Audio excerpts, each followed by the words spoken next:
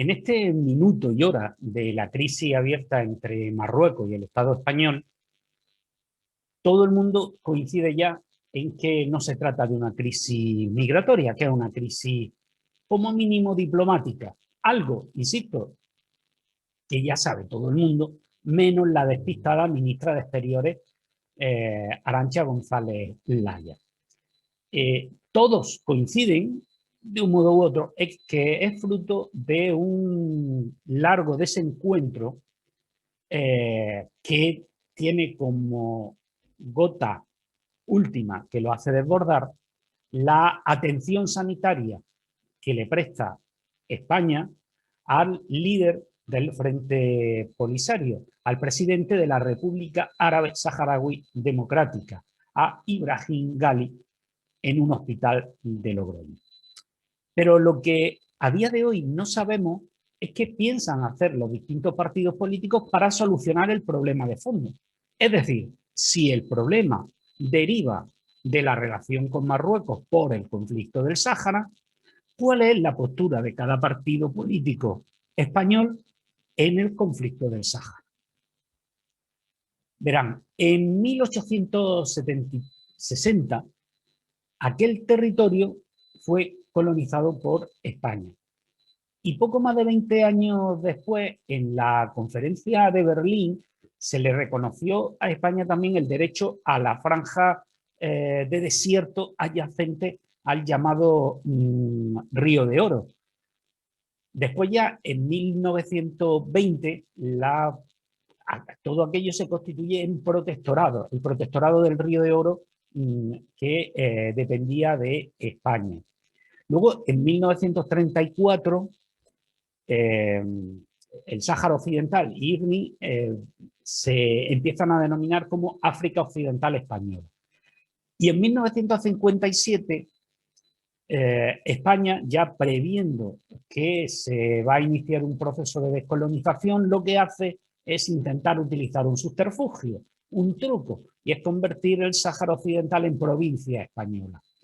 El truco la estrategia no le funciona y en 1967 se inicia en Naciones Unidas pues, los trámites para el proceso de descolonización de aquel territorio. Pues bien, en 1975 Naciones Unidas insta a realizar un referéndum de autodeterminación en el Sáhara Occidental, pero choca frontalmente con el expansionismo marroquí. Un país que había nacido en 1956, pero que se atribuye el dominio histórico sobre Ceuta, sobre Melilla, sobre las Canarias, sobre Mauritania, sobre Mali y sobre más de la mitad de Argelia. Pues bien, lo que hace Marruecos, que tiene estas pretensiones, es ocupar el Sáhara.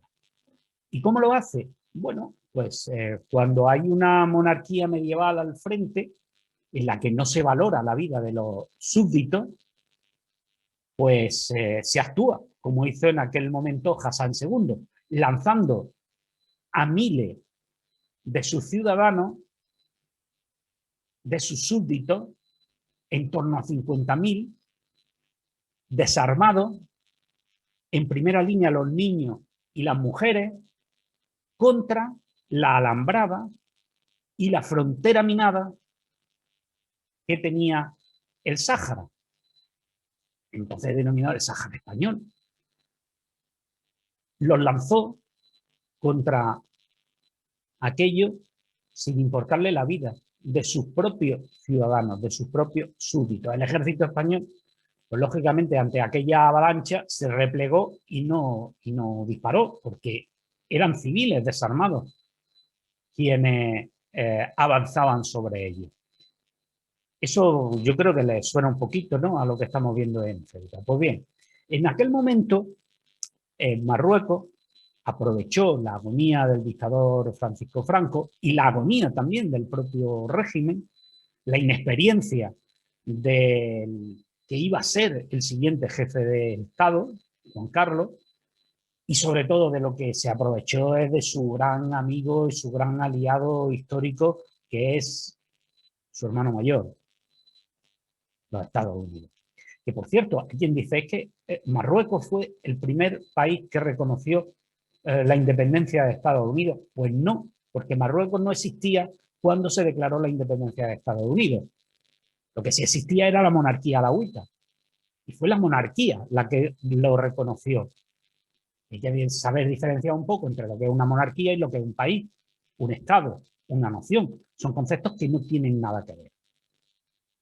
Por lo tanto, eso, ese es un dato muy importante, entre otras cosas porque evidentemente lo que sí parece es que, y además desde el punto de vista histórico, de las acciones históricas, es que Estados Unidos se siente mucho más vinculado a los reyes marroquíes que al propio Marruecos como país, porque realmente si le tuviera un poquito de respeto al pueblo de Marruecos, pues quizás actuaría de otra manera y reclamaría democracia en ese país, que bueno, que trataran a los ciudadanos pues como eso, como ciudadanos, no como carne de combate.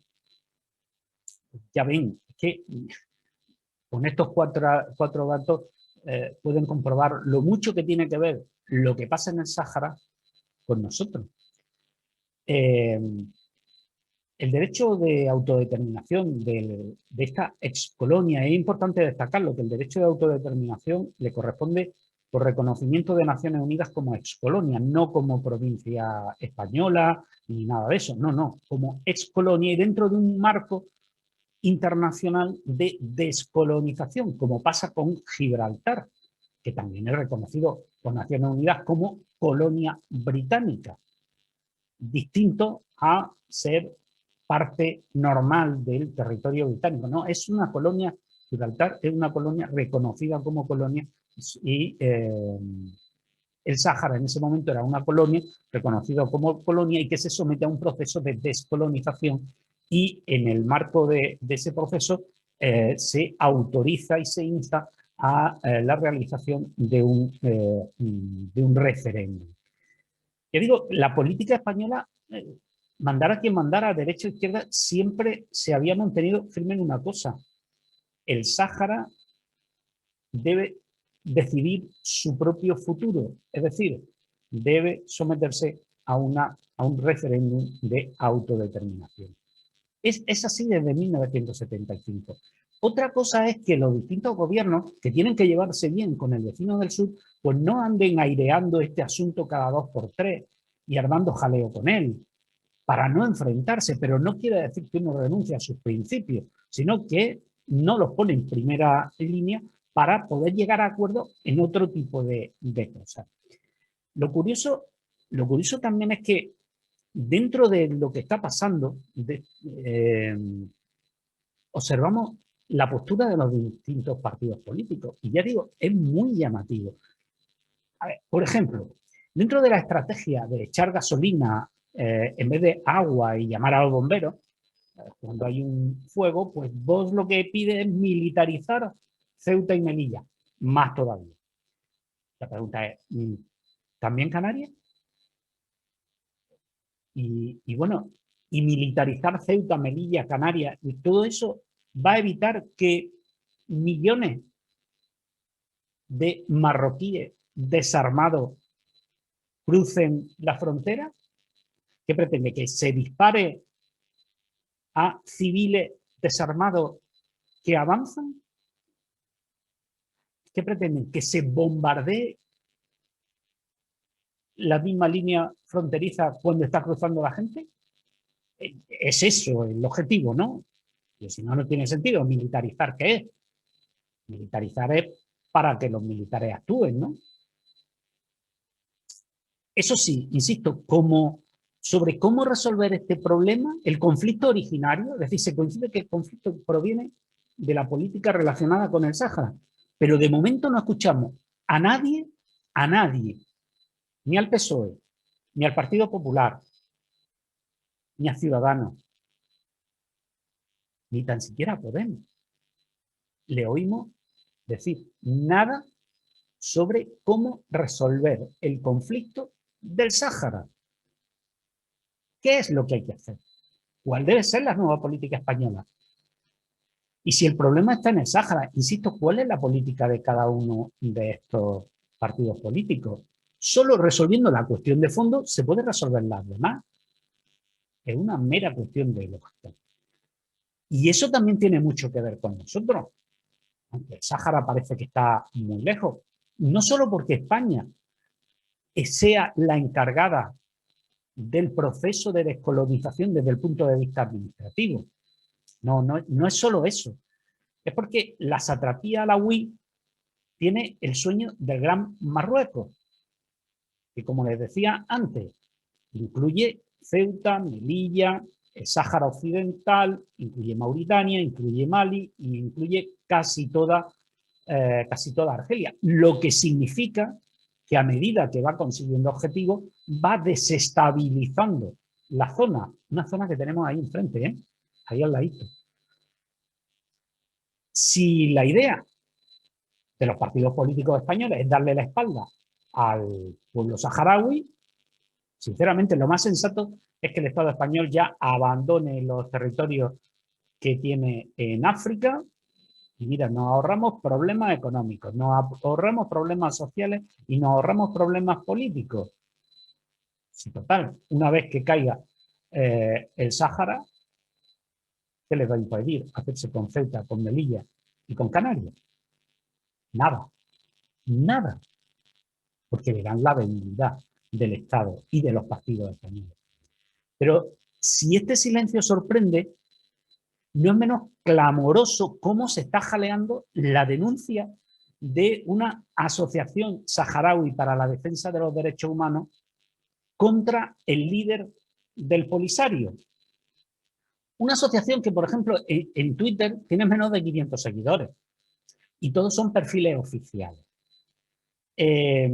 Una asociación que no tiene ni siquiera una página web en la que puedas consultar sobre ella y cuyo presidente es miembro del Consejo Real Consultivo para Asuntos del Sáhara, un cargo nombrado directamente a dedo por Mohamed VI, por el rey de Marruecos, y que además en 2010 reconocía que creía que iba a haber un nuevo Marruecos.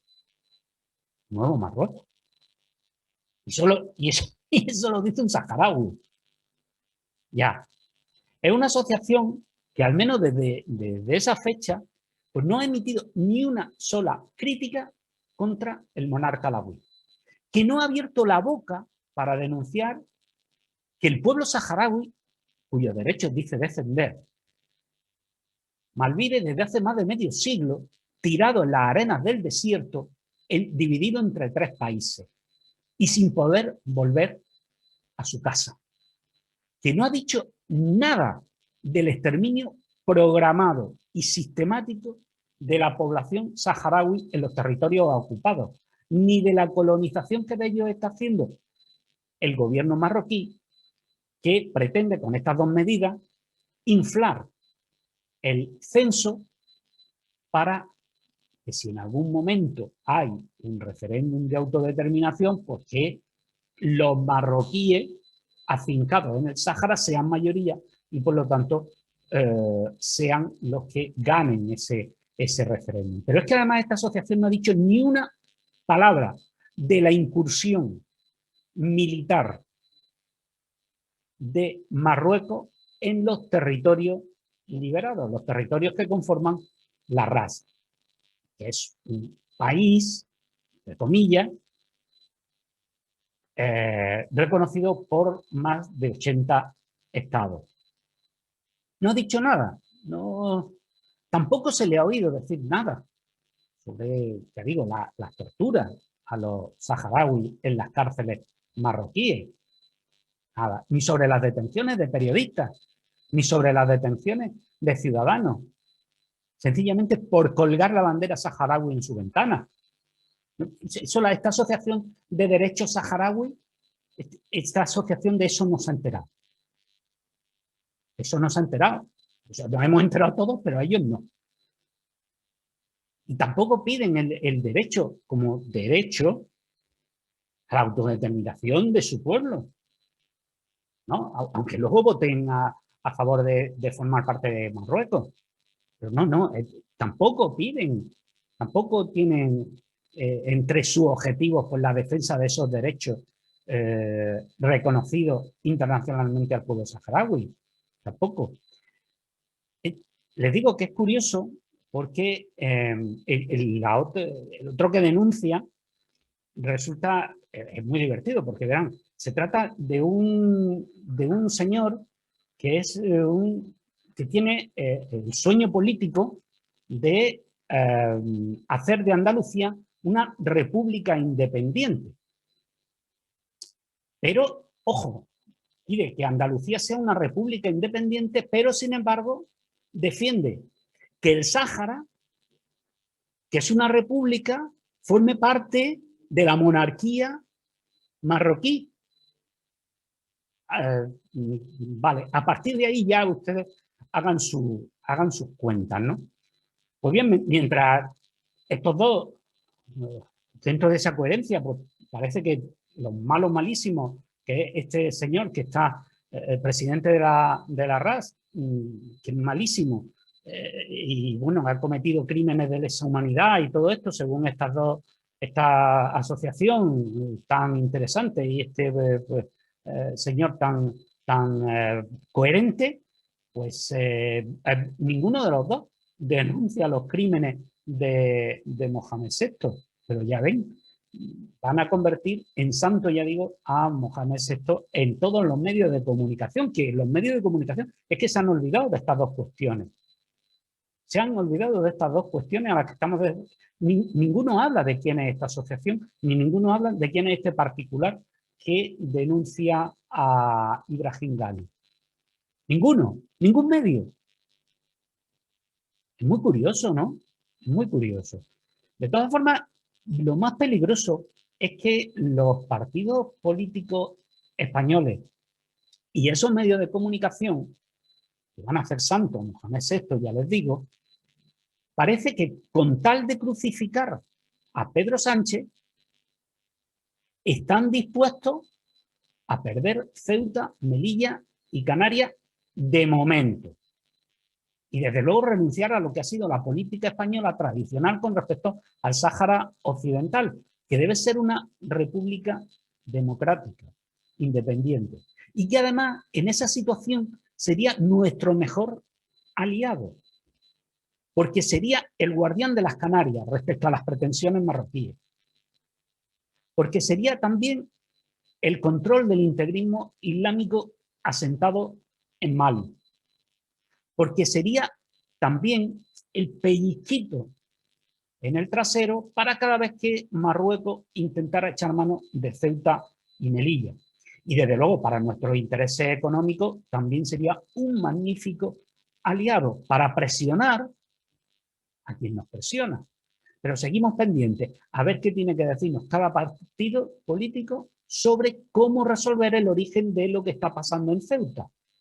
Si el problema tiene que ver con el Sáhara, ¿cuál es la postura de cada partido político español con respecto al Sáhara?